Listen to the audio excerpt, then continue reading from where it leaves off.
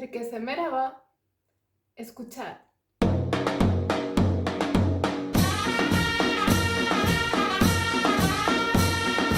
Acabáis de escuchar un ejemplo de lo que tocaría la banda militar otomana en el campo de batalla, con la intención de animar a los soldados turcos, pero también de aterrorizar al enemigo.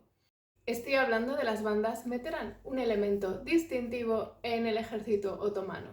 Están consideradas como el inicio de la historia de la música militar y el comienzo de las demás bandas militares en el resto del mundo. Así que si queréis conocer más sobre estas bandas militares tan antiguas, por no decir las más antiguas, y cómo influyeron en el resto de Europa, además de cómo terminó siendo una manifestación muy importante del patrimonio cultural turco, pues tendréis que quedaros a ver este vídeo. Y es que el Imperio Otomano fue el primer estado en contar con una organización de música militar permanente. Se llamaban Meteran. Para conocer su origen tenemos que remontarnos, según cuenta la tradición, hasta el siglo XIII. Es cuando el sultán selyúcida, que estáis viendo aquí en pantalla, le envió a el también líder y gobernante Osman Gazi, que acabaría siendo el fundador del Imperio Otomano, el primer meter, junto con un tambor y un estandarte, en señal de reconocimiento y de soberanía de su beylik, un regalo. La palabra meter viene del persa miter y significa superior o mayor. Y se refería a eso, a un solo miembro de la banda, mientras que la banda al completo se denominaría meteran. Supone que este meter tocaría para Osman Gazi todos los días después de la oración de la tarde, en los tiempos de paz, pero también tocaría en las campañas militares.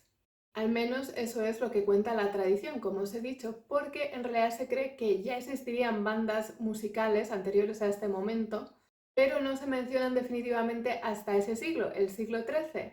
Por tanto, de manera general, se considera que la tradición de las meteran comenzó con Osman Gazi. Sin embargo, cuando tenemos mayor información sobre ellas es en tiempos posteriores, sobre todo a partir del sultán Mehmed el Conquistador. El número de músicos que formaron estas bandas pues varió según las épocas y según sus funciones, así que una vez más, ¡oh qué sorpresa!, voy a tener que generalizar en un vídeo. Y es que en realidad no me queda otra, porque yo lo que quiero es que tengáis una idea global sobre el tema y si os interesa, pues que ya vosotros investiguéis por vuestra cuenta. Más o menos vamos a decir que lo habitual era que hubiera entre 150 y 200 músicos por banda, teniendo la banda personal del sultán unos 90. Según documentos históricos sabemos que a finales del siglo XV había más de 2300 meters en Estambul. En cada banda de música había un líder que se llamaba meterbaşı y que iba vestido de rojo. Los colores de la vestimenta del resto de los músicos pues variaban según su rango y el instrumento que tocaran, pero generalmente eran colores vistosos, alegres y solían llevar también tocados altos. Podemos ver un ejemplo en esta pintura del pintor turco Arif Pasha con los trajes oficiales. Dentro de las bandas, por llamarlo de alguna manera, había también escuadrones por cada instrumento que se tocara. Y a la cabeza de esos escuadrones pues había otro jefe que se llamaba Bolukbaşı. Por ejemplo, para que me entendáis, estaba el escuadrón del Davul, el escuadrón de la Zurna. Ya, ¿y qué es eso? Claro, es que no se ha hablado todavía de los instrumentos que tocaban. En un meter típico otomano, por lo menos se tocaban estos instrumentos. El Davul, que era una especie de bombo. La Zurna, que es una flauta que tiene un sonido un pelín estridente. Que era un platillo. El ben o choan, el ború, que es una especie de trompeta.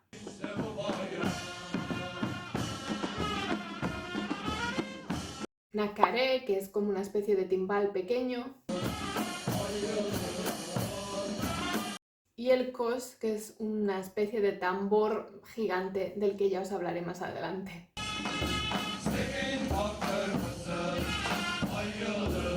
Y bueno, estos son solo los más típicos, pero por supuesto podía haber más. Estos instrumentos eran mantenidos y fabricados por maestros artesanos que generalmente eran griegos y armenios. Ahora ya conocemos más cómo eran estas bandas, pero ¿cuál era su función? Pues al contrario de lo que la gente piensa, no tenían únicamente la función de ser bandas militares. Es verdad que era una de sus funciones más importantes y seguramente la que más ha calado en el aspecto universal, sobre todo en Europa por la impresión que causaba, pero también tenían otras funciones y vamos a hablar de todas ellas.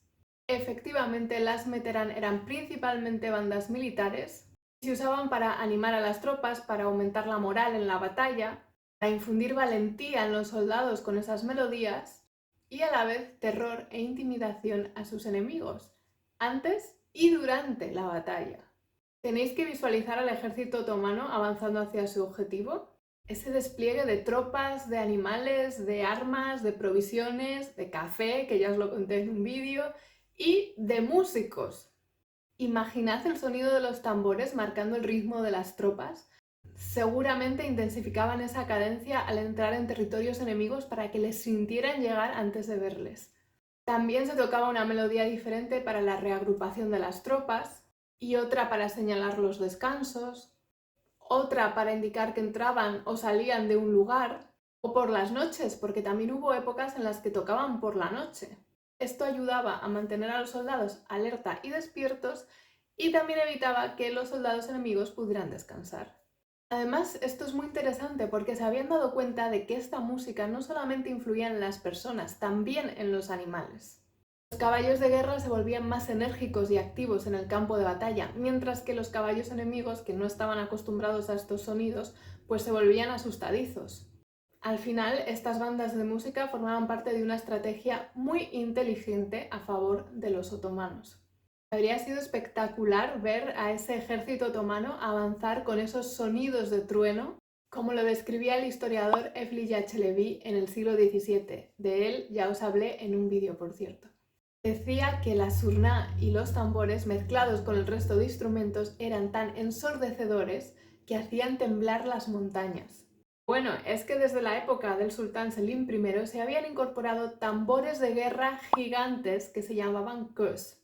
Cuando digo gigantes es que medían más de 1 metro de altura y claro, para transportarlos pues se necesitaban animales, concretamente camellos y a veces también caballos.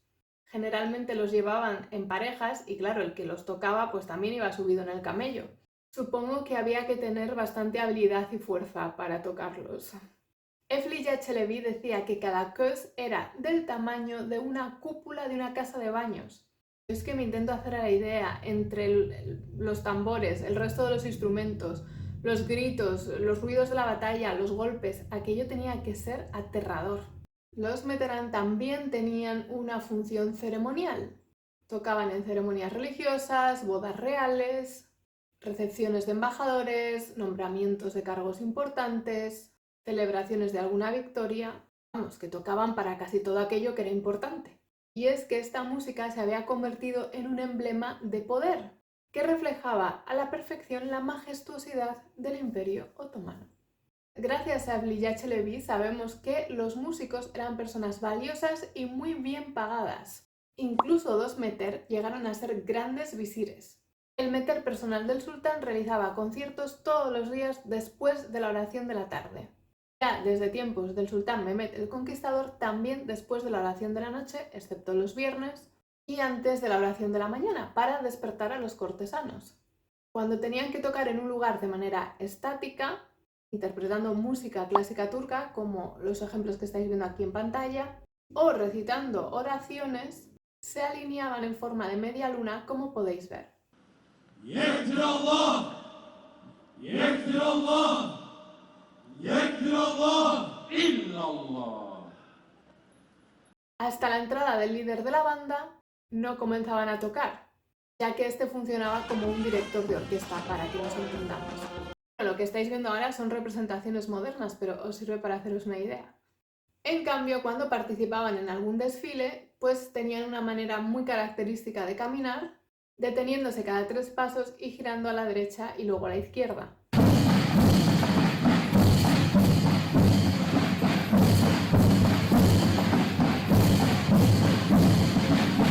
A medida que los otomanos fueron avanzando hacia el oeste en Europa, muchos de los elementos de la música meteran influyeron en los compositores occidentales, principalmente a partir del siglo XVII, formándose un movimiento que se conoce como ala turca, es decir, al estilo turco en italiano. Y es que es muy curioso porque esas melodías que seguramente muchos europeos tenían grabadas dentro, asociadas al miedo, empezaron a ser fuente de inspiración y de admiración. Vamos, que se le dio totalmente la vuelta. Y es que a mediados del siglo XVIII se establecieron en algunos ejércitos europeos, principalmente en los de Prusia, Rusia y Austria, bandas militares al estilo de las turcas y en algunas ocasiones incluso tocando marchas turcas. Hasta entonces la música militar europea era muy básica, tanto en cuestiones de instrumentos como de composiciones como de usos. Sobre todo, claro, comparada con la otomana. Principalmente se usaban instrumentos que se pudieran transportar bien y que fueran ligeros, sobre todo de viento, es decir, trompetas, cuernos, que servían para comunicar las órdenes a distancia. Como por ejemplo, al ataque, pues se hacía sonar el cuerno o la trompeta. Pero no solamente se notó esta influencia otomana en las bandas de música militares, sino también en las composiciones. En la Europa del siglo XVIII se escribieron en torno a 150 obras de óperas y ballets que trataban de hechos relacionados con los turcos. El compositor alemán Wagner dijo que la música de las bandas militares Meterán era la verdadera música. Mozart quizás es el compositor por excelencia de este tema, ya que escribió sonatas para piano, conciertos y óperas al estilo a la turca. Las más famosas son las que estáis viendo aquí en pantalla y vamos a escuchar un ejemplo de una de ellas. Fijaos bien en la influencia de los sonidos militares.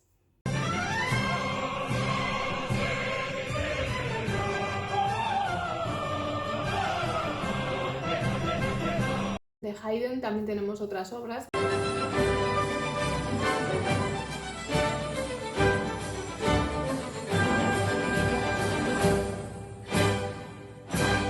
Y por último, aquí tenemos a Beethoven y algunas de sus composiciones también relacionadas con estos temas a la turca, y vamos a escuchar uno de los ejemplos.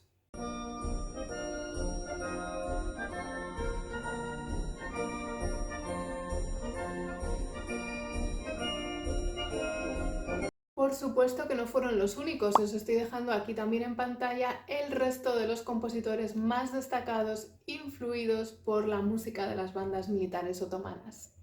Curiosamente, cuando en Europa estaba tan de moda durante el siglo XVIII y XIX, fue cuando estas bandas entraron en declive en Turquía.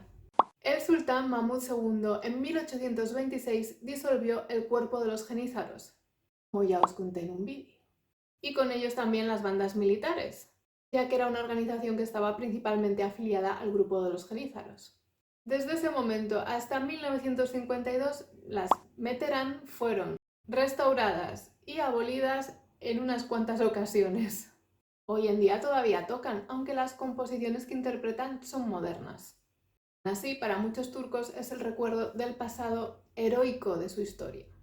Yo tuve la suerte de encontrarme con este espectáculo en dos ocasiones sin buscarlo, una de ellas en el Palacio de Topkapı y otra en el Palacio de Dolmabahce. Bueno, hasta aquí el vídeo, espero que os haya gustado y cualquier tipo de información extra es muy bienvenida en los comentarios.